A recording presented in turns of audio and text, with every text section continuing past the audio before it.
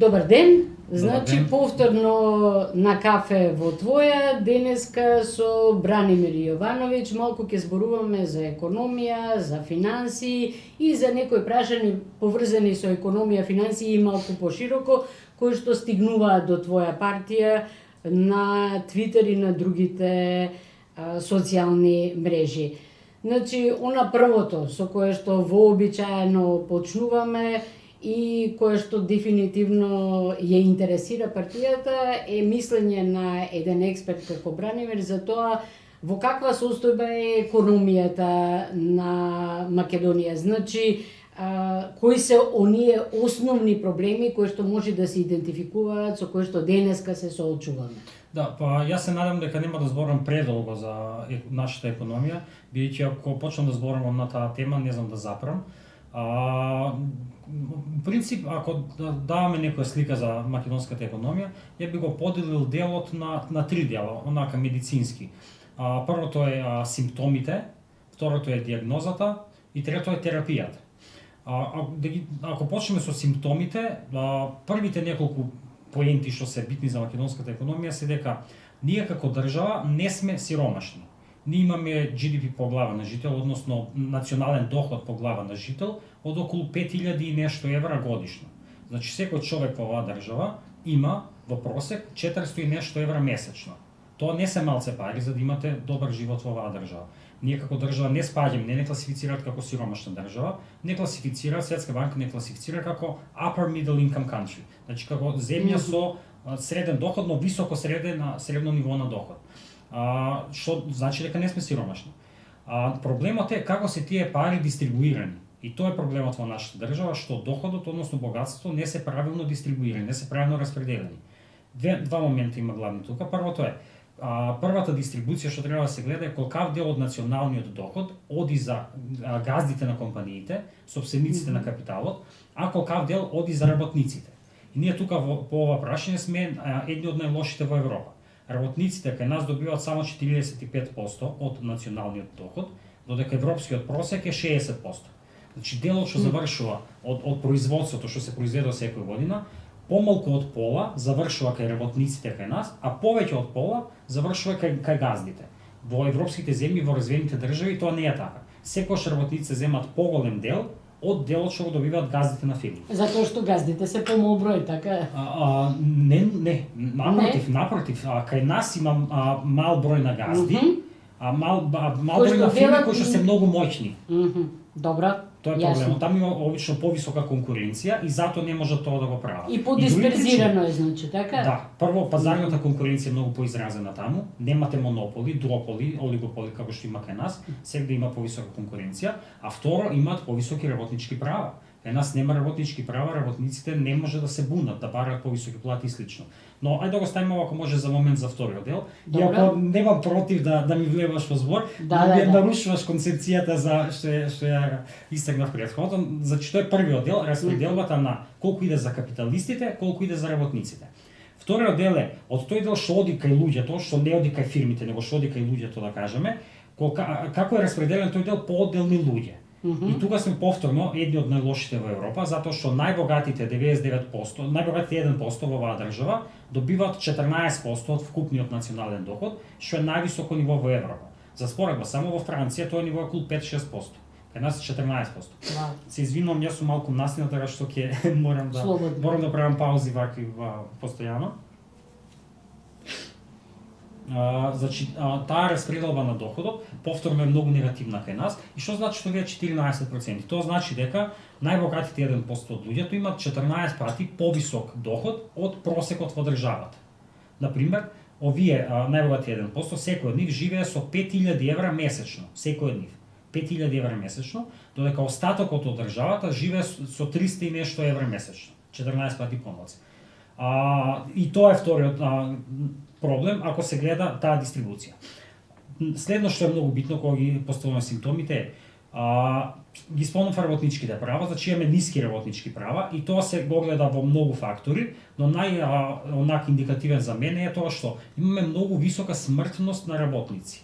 Тоа ретко се зборува од Директна или индиректна? Смрт на работно место. Смрт што смрт настапува на работно место, а не само должина на живот, да речеме. Не должина на животен век, туку смртни случаи на работно место. Во 2018 година имало 33 смртни случаи на работно место, што процентуално, односно изнесува околу 4,5%, односно не процент, 4,5 случаи на 100.000 вработени. И тоа е второ највисоко ниво во Европа. Само Романија има за нијанса повисока смртност од нас, а европскиот просек е многу понизок. Европскиот просек е 1,5. Значи ние имаме 4,5 смртни случаи на 100.000 вработени. Во Европа, во Европската унија, смртноста е само 1,5%. Океј, тоа може да се објасни затоа што ние сме помалку развиена држава од нив, па имаме поголема вработеност не за во градежништво, во тешки индустрии и слично. Тие нема толкава вработеност. Меѓутоа може и заштитни мерки да нема. Но дефинитивно е и заштита на работниците. Нема заштита кај нас на работниците. Само прошедете и видете како градежните работници како работат или како се работи во фабриките и слично и секој ви стане јасно. Значи тоа е вториот симптом, што имаме многу лоши услови за работа, односно многу лоша состојба на работниците. Не се проблемите само економски, проблемите се исто така и социјални, се манифестираат во социјалната сфера, па имаме и највисока стапка на сиромаштија. Знаеме дека околу 400, сите знаеме дека стапката на сиромаштија е 22% во држава, односно 450.000 луѓе живеат во сиромаштија во ситуација кога имате 1% богати луѓе, најбогати, еве да не ги нарекуваме богати за да не се навредат, туку најбогати 1% луѓе кои што живеат со 5.000 евра месечно. Како е во Европа сиромаштијата? Од велика процент многу пониска. Многу пониска, да, многу е пониска, со тоа што оваа сиромаштија од 22% е на релативна сиромаштија, односно таа се пресметува на база на национална линија на сиромаштија, односно линијата за сиромаштија тука е различна по различни ниво, по различни земји. Ако се гледа апсолутната сиромаштија, односно онаа што најчесто се спомнува $1 на ден, беше $1 на ден, денеска е $3 на ден, во таа сиромаштија во Европа, во земјите од Европска унија, скоро 0% е таа сиромаштија, односно помалку од 1% луѓе живеат со помалку од $3 на ден таму, кај нас таа сиромаштија околу 5%. Значи имаме околу 5% луѓе што живеат во екстремна сиромаштија. Значи било кој што би дошол на власт треба всушност да се зафати токму прво со тоа, така да го намали. На оваа власт сега мораме тоа да го признаеме дека работеше на тој случај. И тимот што беше во Министерство за труд и социјална политика работеше на тоа и донесо нов закон за социјална заштита, со кој што се воведува гарантирана минимална помош, така што веројатно има подобрување во овие статистики, но овие статистики се за претходните години, веројатно пред овие мерки да стапат на сила, всушност тие стапи на сила оваа година, односно 2019. Значи уште не можеме да измени. Да, но сепак имаме висока сиромаштија, што е особено проблематично во ситуација кога имате највисока доходовна нееднаквост, односно имате голем број на луѓе што живеат во сиромаштија и многу мал број на луѓе што живеат во релативно богатство, споредено со останатите европски држави, тој процент кај нас е многу повисок. Не се проблемите само во оваа економско-социјална сфера, туку се многу пошироки. Например, сите добро знаеме дека сме најлоши во образованието во Европа. На ПИСА, рангирањето што излегува пред некој месец, само Косово мислам дека беше полошо од нас. Сите други од Европа се подобри од нас. Зошто е тоа така? Затоа што издвојуваме најмалку средства за образование. Нашиот државен буџет за образование е само околу 4% од БДП, што е едно од највисоките нивоа во Европа. Слично и со здравството. Издвојувањето за здравство кај нас е околу 5% од БДП, што е едно од пониските нивоа во Европа. Знаеме дека се е приватизирано, односно се иде кон тоа, уште повеќе се иде кон тоа да се приватизира здравството. И кај нас луѓето издвојуваат дури 1/3 од здравствените трошоци ги покриваат од сопствен џеб. Значи кога ќе одите на доктор, од трошоците вкупно во државата што се издвојуваат за лечење, 2/3 се покриени од државата, а 1/3 луѓето ги плаќаат од сопствен џеб, 35% поточно. Во ЕУ тој процент е 15%. Значи ние издвојуваме на приватно здравство многу повеќе него што се издвојува во ЕУ. Зошто е тоа така? Една од причините е тоа што многу малку вложуваме во здравството. И да кажеме дека ова се симптомите до сега. Сега, зошто ако идеме сега на дијагнозата, што е дијагнозата, што е проблемот? Проблемот е што имаме економија која што работи не за граѓаните, не за мнозинството граѓани, не за обичните луѓе, за работниците, туку економија што работи за мал број на луѓе, што работи за богатите, за олигарсите, за моќниците. И практично имаме заробена економија и економски политики кои што се во рацете на богатите и моќните луѓе, особено на големите компании, олигарсите, кои што креираат економски политики што им одговарат само на нив, а не им одговарат на луѓето. Како дошло до тоа? Дали има некаков удел во ваквиот начин на деформирање на тоа за што работи економијата и во кој правец се развиваат економските политики, дали на тоа има влијание поврзувањето, да речеме, на таа крупна олигархиска структура со партиите и слично, дали тоа е еден од проблемите, можеби кој што би требало да се адресира? Тоа не е еден од проблемите, тоа е најголемиот проблем кој што треба подитно да се адресира, а ниедна влада досега не сакаше да го адресира. Зошто не сака да го адресира? Значи, тоа ќе треба да ги прашате политици, овие што беа премиери во изминативе години. Еве ја ќе кажам една иронија, барем за мене иронија, всушност може би и тажна приказна, не иронија. Пред да дојде оваа влада на СДСМ на власт, додека беа во опозиција, тие нема ни еден бизнисмен што беше близок до нив. Јас знам затоа што разговарав тогаш со луѓето што беа главни тогаш во СДСМ за економските политики, да не ги именувам, знам каква беше состојбата и тие ми кажува, ние немаме веќе олигарси кај нас, бизнисмените веќе не се со нас, тие се со ВМРО, тие се со власта. Штом дојдо на власт, одме им дојдо бизнисмените пак. И они ги примија. Дојдо, туку тие широкоградо ги примија. Им дадо вице-премиерско место за економски прашања, па знаеме како работеше тој вице-премиер, заврши со наод од антикорупцијска комисија. Значи потребна ни е партија која што кога ќе дојде на власт нема да се поврзи со она што представува крупен бизнис, за да не влезе во тој затворен круг на работење за крупниот бизнис наместо работење за сите граѓани. Па не би кажал партија, би кажал креатори на политики. Или политичка структура. Така, луѓе што ќе бидат на клучни позиции, да кажеме, на клучни позиции во извршната власт пред се, за спроведување на политиките, но окей, во собранието исто така, бидејќи тие ги носат законите, тие луѓе не смеат да бидат, да кажеме, контролирани или во рака на олигарсите. Значи, многу е важно да нема контрола на она што представува политичка власт, политичка структура, од страна на големиот бизнес, за да може да излеземе од овој затворен круг. Дефинитивно. Така? И првиот чекор тука, првото нешто што треба да се направи е да се расчисти со таа пракса која што веќе имаме 20 години, да имаме бизнисмени и представници на бизнис заедницата во владата. Кочан Ѓушев, Нина Ангеловска, сите тие, двајцата тие доаѓаат од Стопанска комора на Македонија. Од таму дојдоа директно во владата. Значи, клучните министерски позиции во економската сфера ги држаа луѓе што беа од Стопанска комора. Претходно во времето на ВМРО имавме Пешевски, имавме Веле Самак, не знам кои се други многу такви бизнисмени. Претходно кога беше СДСМ го имавме Минчо Јорданов, го имавме Хари Костов, повторно. Значи ако направиме некоја споредба, тоа е исто како она што е забрането според уставот, полицаец да може да стане министер на Министерството за внатрешни работи или војник да стане министер на Министерството за одбрана. Ја мислам дека ова е дури пострашно тоа, бидејќи јас не гледам лично голем проблем ако војник стане не знам министер, затоа што ја не гледам дека он има конфликт на интерес. Го нема лаичкиот момент. Значи баш ова, грижата за граѓаните, затоа што тој има друга перспектива на она што представува структурирање на таа институција. Овдека истото тоа го имаме, само на едно друго поле. Проблемот со бизнисмените што тие не се грижат за јавниот интерес. Да се грижале за јавниот интерес, не би станали бизнисмени. Тие само гледаат приватен интерес, нивен личен или на група што е блиска до нив. И тоа си е нивно право. И тоа се остваруваат, апсолутно дека е тоа нивно право. Јас не го негирам тоа. Само да не дојдат на функција која што значи дека треба да се грижат за јавниот интерес, затоа што тоа е спротивно на воопшто на она што представува модус на нивното постоење. Точно, бизнисмените треба да се вршат нивната работа, тоа е да се водат бизниси, фирми, да инвестираат и слично. А луѓето што треба да ги креираат и водат економските политики, треба да бидат луѓе што се докажани како луѓе што работат за јавниот интерес. Добро, ова е едно од решенијата, да речеме. Што друго како долгорочни, краткорочни решенија би можело да се... Ми избрза со мојата приказна, но ќе веројатно предолго зборувам.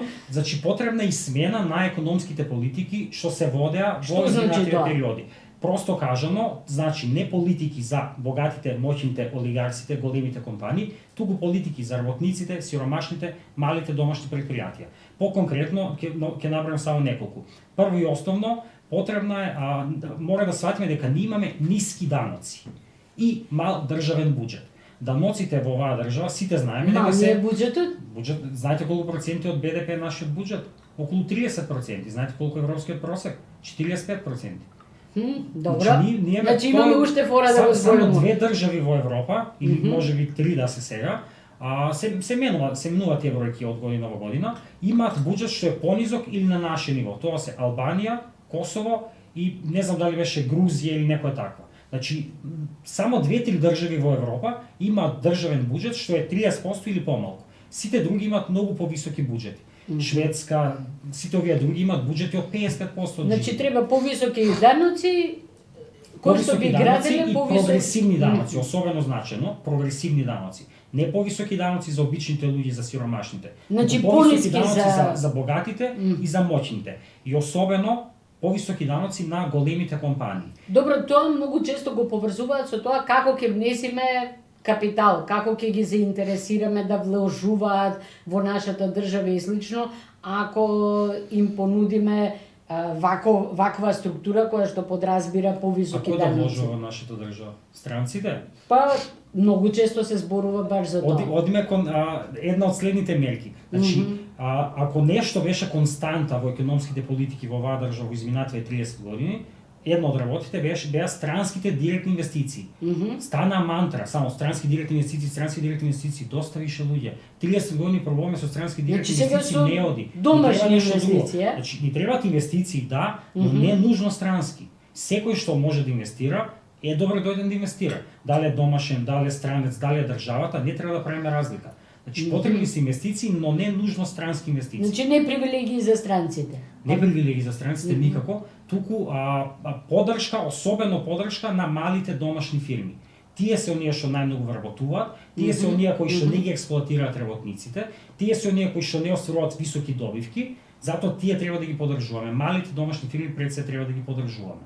Поврзано со ова, ниедна влада сега што сме имале го немала тоа, не спровела вистинска индустријска стратегија, односно стратегија за развој на економијата, да каже, овие сектори треба да бидат двигатели на растот, на развојот во оваа држава во наредните 20 на години, овие сектори ќе ги поддржуваме на тој и тој начин. Секош ние сме имале економска политика која што била хоризонтална, односно кажувала сите ги поддржуваме, не даваме конкретна поддршка, туку кој да сака странец, кој да сака странец инвестира, ние му даваме поддршка, независно дали тој експлоатира работници, дали е тоа мануелна работа, дали плати од 200 евра, не е битно, му даваме поддршка. Наместо да се каже, ние како држава имаме предиспозиции да развиваме, не знам, туризам, да развиваме алтернативен туризам, да развиваме земјоделство или рурален развој, да развиваме, не знам, текстилна индустрија, висока технологија, што и да е, да определиме сектори кои што ќе треба да ги развиваме. Ама да се решиме. И конкретно да ги развиваме тие сектори. Иронијата тука е што сите развиени држави во светот денеска, скоро сите, имале таква стратегија во еден или друг момент од својата историја. Дури Америка, која што многумина смета дека е либерална држава, дека немала интервенција на државата во економијата, имала индустријска стратегија, ја има и денеска. Најголемите пронајдоци во светот, не само во Америка, технологијата, не знам, мобилните телефони, тачскринот, интернетот, сите оние работи што ги има компоненти, GPS-от, сите компоненти што ги има на еден мобилен телефон, скоро сите се поддржани или откриени од страна на државата. Зошто? Затоа што државата има своја програма за технолошки развој, таа се вика DARPA во Америка, и преку неја развива многу работи. Интернетот, например, е развиен преку DARPA.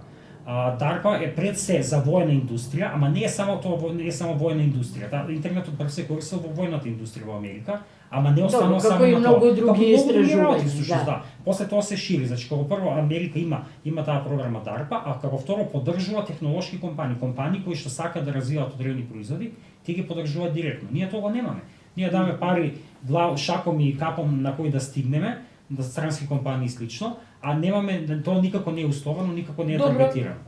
Значи, мене ме интересираат уште две кратки прашања кои што не ги поставуваат.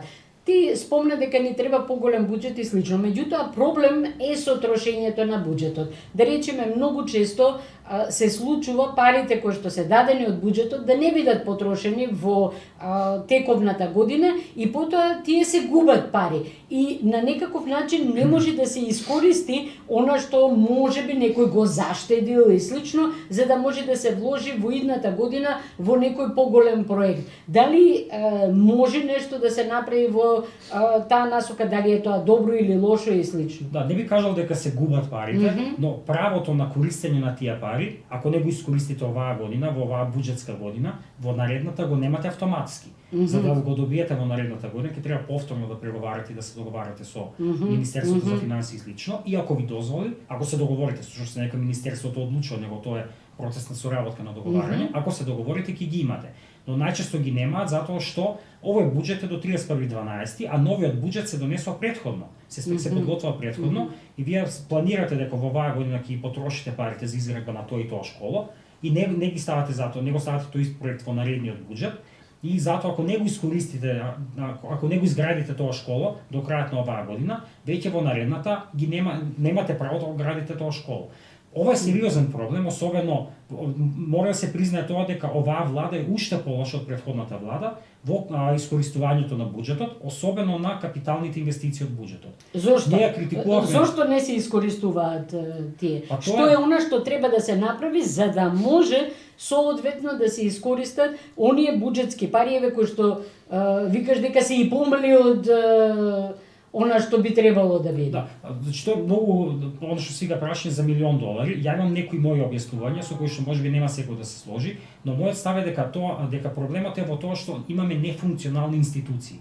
Државни институции кои што не функционираат и луѓе кои што се поставени на тие институции кои што не работат или немаат капацитети или не се фокусирани на работата или некој си друг фактор.